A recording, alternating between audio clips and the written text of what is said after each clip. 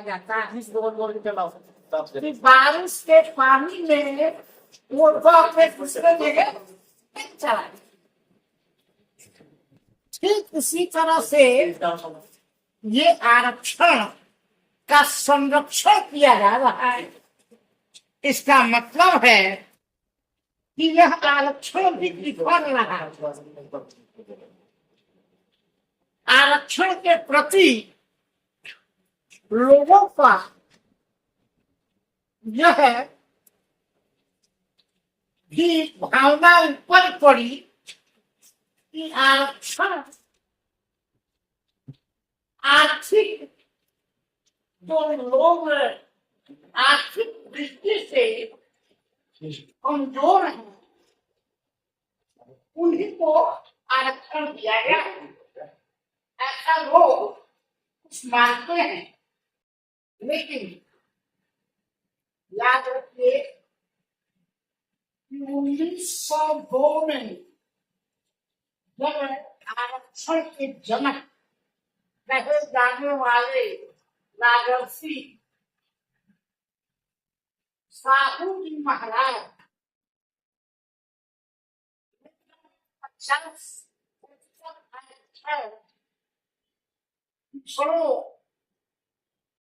और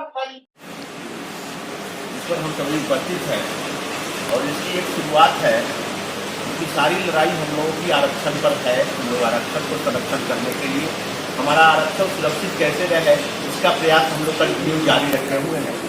तो जिसने आरक्षण दिया वो साहू जी महाराज जब राजतंत्र हुआ करता था उस समय इन्होंने आरक्षण 50% आरक्षण देने का काम किया।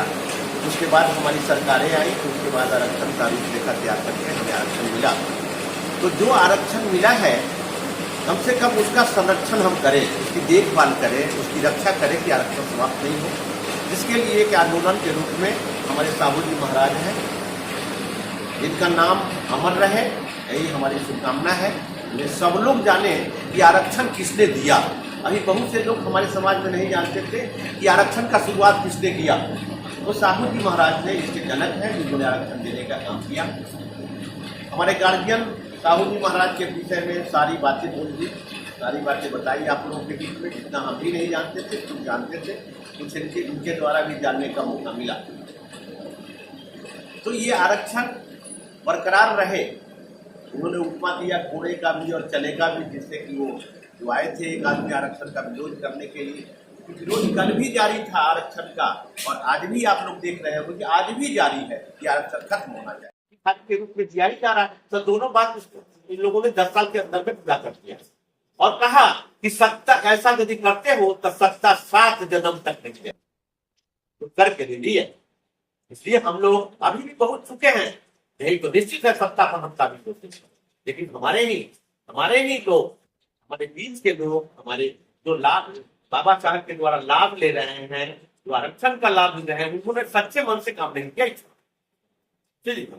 और आज भी हमारे समाज के लोग, आधे से लोग अंधविश्वास है, ब्राह्मण के गुलाम है।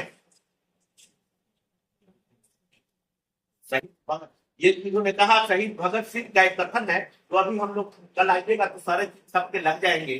उन्होंने कहा कि तर्क बिना तर्क किए हुए किसी बात को मान लेना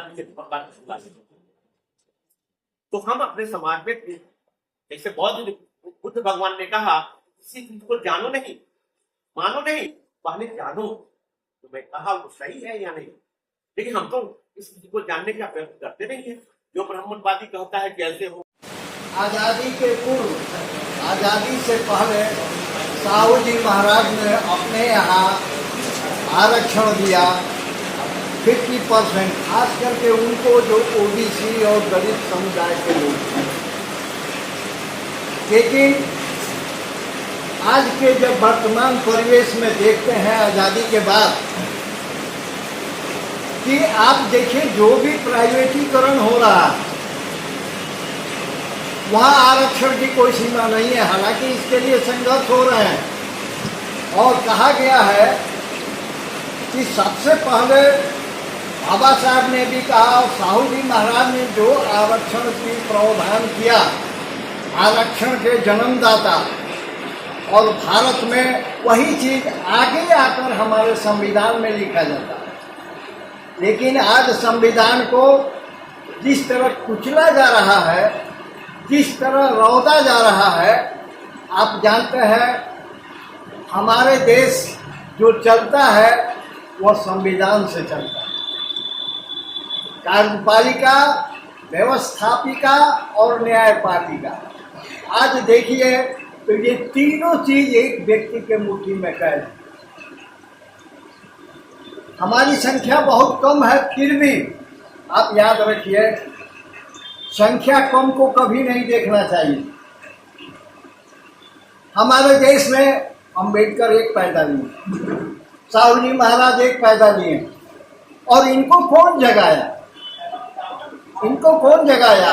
ये लोग महर्षि हैं, महर्षि हैं जो स्वतः जागते हैं, स्वतः सेल्फ अवेयरनेस उसको कहिए कि समाज में स्वतः जागे। इनका कोई गुरु नहीं थे जो इनको कहे कि चलो भैया जैसे आज हम लोग जगाने का काम करते हैं।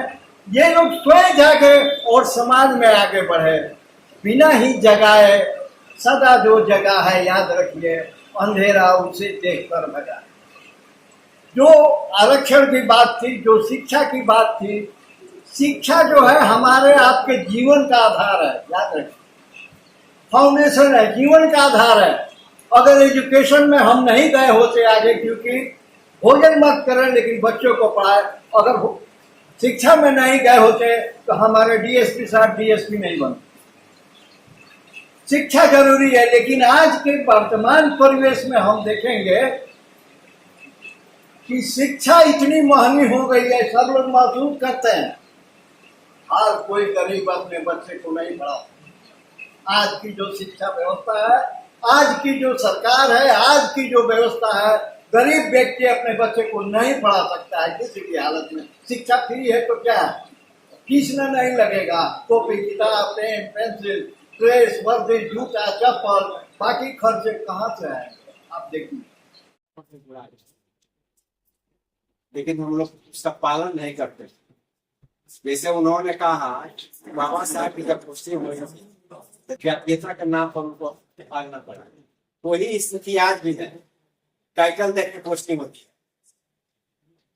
क्या होती है? बाबा साहब ने जो कहा था शिक्षित बनो संगठित बनो, संगठित हम है का टुकड़े टुकड़े में बटे हुए। चुनाव का समय आता तो पैसा पर गिर जाता।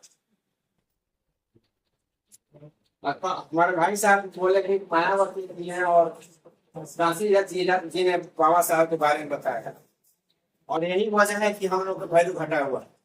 इसलिए घटा हुआ है कि हम लोग जब कहते हैं हादसे में वोट देंगे, क्यों देंगे भाई वोट? हम देख रहे हैं कि वो हार रही है, हम और उसको दे जो हमारे हमको संरक्षण दे रहा है, उसको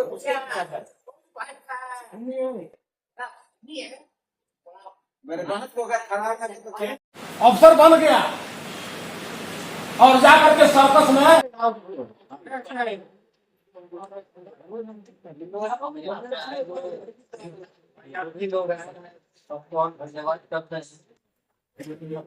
समय यहाँ पर आकर शेयर और एक नई जानकारी लेकर जाएंगे और अपने आसपास के लोगों को भी बताएंगे कि हमने क्या सुना और क्या कहा।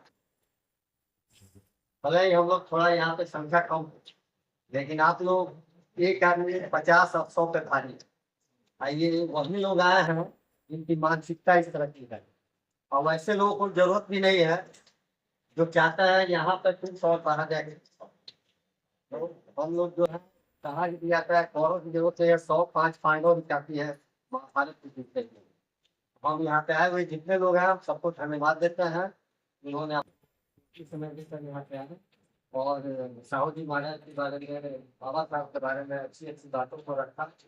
बहुत नई जानकारी भी मिली हमको, मिली और मिला।